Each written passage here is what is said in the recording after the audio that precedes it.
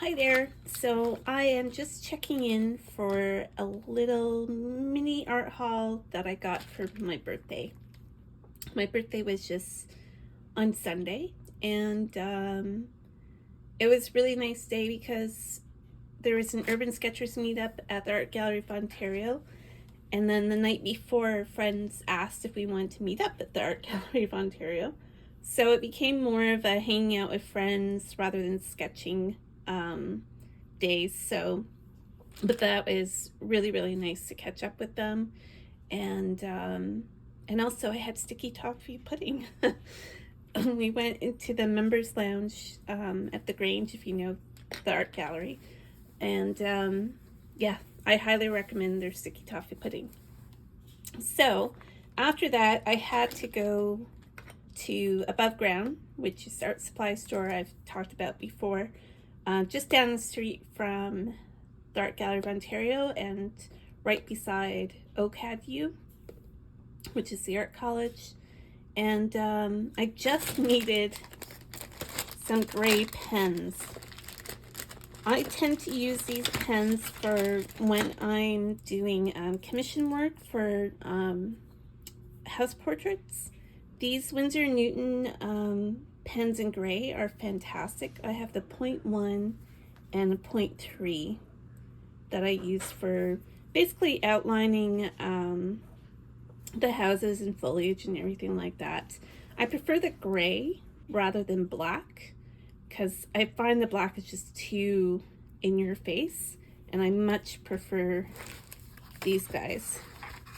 So I'm gonna sketch things or swatch things out, and this wasn't part of the haul. This is a like term sketchbook that I rarely use because the paper is just too thin for doing anything with wet media. But this is the 0.3.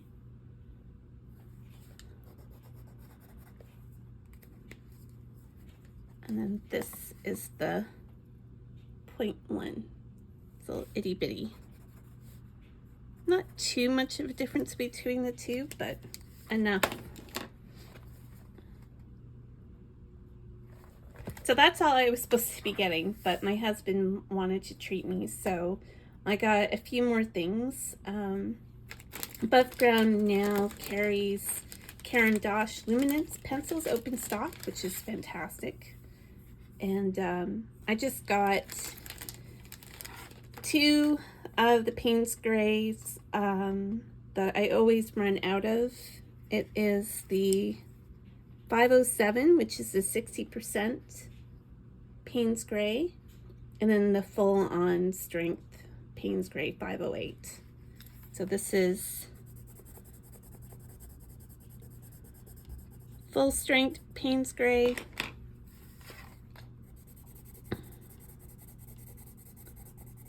and 60%. So this is the 507.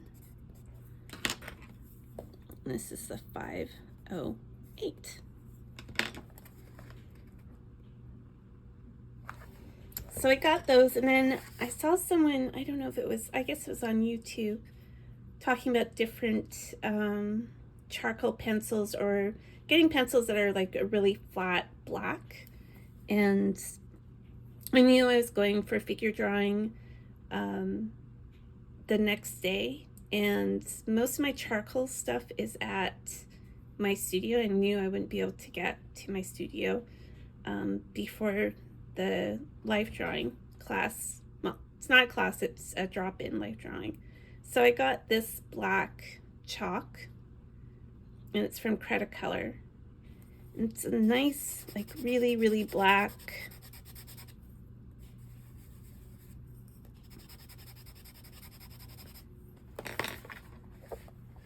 really dark matte, and I really liked it. And it worked really well yesterday. I used a combination of the charcoal for the 1 and 2 minute sketches. Then when we went into the longer poses, I did use an Inktense pencil for that, because then I could use a watercolor brush or a water brush and add some shading in with that. So that was it. But I also got some more cutting tools. I'm just going to put this aside for a minute. For lino cut, I wanted something that would take more off in straight goes.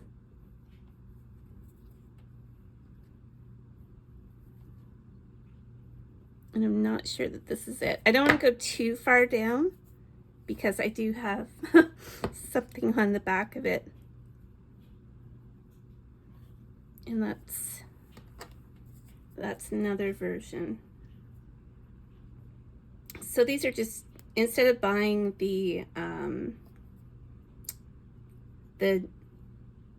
cutters that go inside this speedball carrier, I like getting some of the, actual tools rather than having to switch out the cutters. So I just started adding to my little collection of lino cutting tools and thought I would add those too. So where was I? It's hard when you're videoing on your phone and then you get a call that you need to answer. I ended up hanging up on a friend. Anyways, so those are the lino cut tools, and I kind of wanted some more tools because I'll be doing a stamp for, or at least I think I'll be doing it for a sketching group that I'm part of, and I don't know that this will factor into it, but it's nice to have. And then also part of sketching, it's that time of, not the year, but time that I will need a new sketchbook. You'll see this at some point. This is another one of my handmade sketchbooks, and I'm almost finished it, which helps because I am doing, myself and another sketcher are doing a little informal workshop on how to make sketchbooks. So I'm going to have the paper prepped for that because I'm doing that on Saturday. And part of what I do for my sketchbooks is I put this book repair tape just on either end to against the paper and the cover, just to give it a little bit more support. It's not essential, but it does help. And then back to lino cutting, I got some more of the white soft lino, which is, this is Above Ground's own brand. And then I got this clear one. I've never used this before. It's a little bit harder. I'm not sure how it carves at all, so I'll have to see. But I thought I might be able to, for the logo that I'm doing, I might be able to just put it on and then tape it to the back rather than having to transfer it. So we'll see how that goes. I may video the process, I may not, because I've not used this before and I don't know. There might be a lot of swearing. So we'll see how that goes. It's not a very big stamp that I'll be making, so, and I don't even know if I'm going to be making it or not. There's a lot of unknown. So the last thing that I got was, I've seen people with these two colors and I thought they'd be really nice to use for my jelly plate printing. And that's the Titan Mars Pale by Golden. It's just a regular acrylic. I'm just going to pop some on there and probably swish around. It's a really nice color. And then I always love green. If you know this channel, you know that I love green in almost all forms except for Verdian. And this is the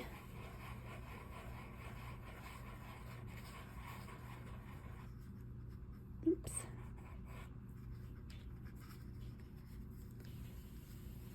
And that's a Titan Green Pale.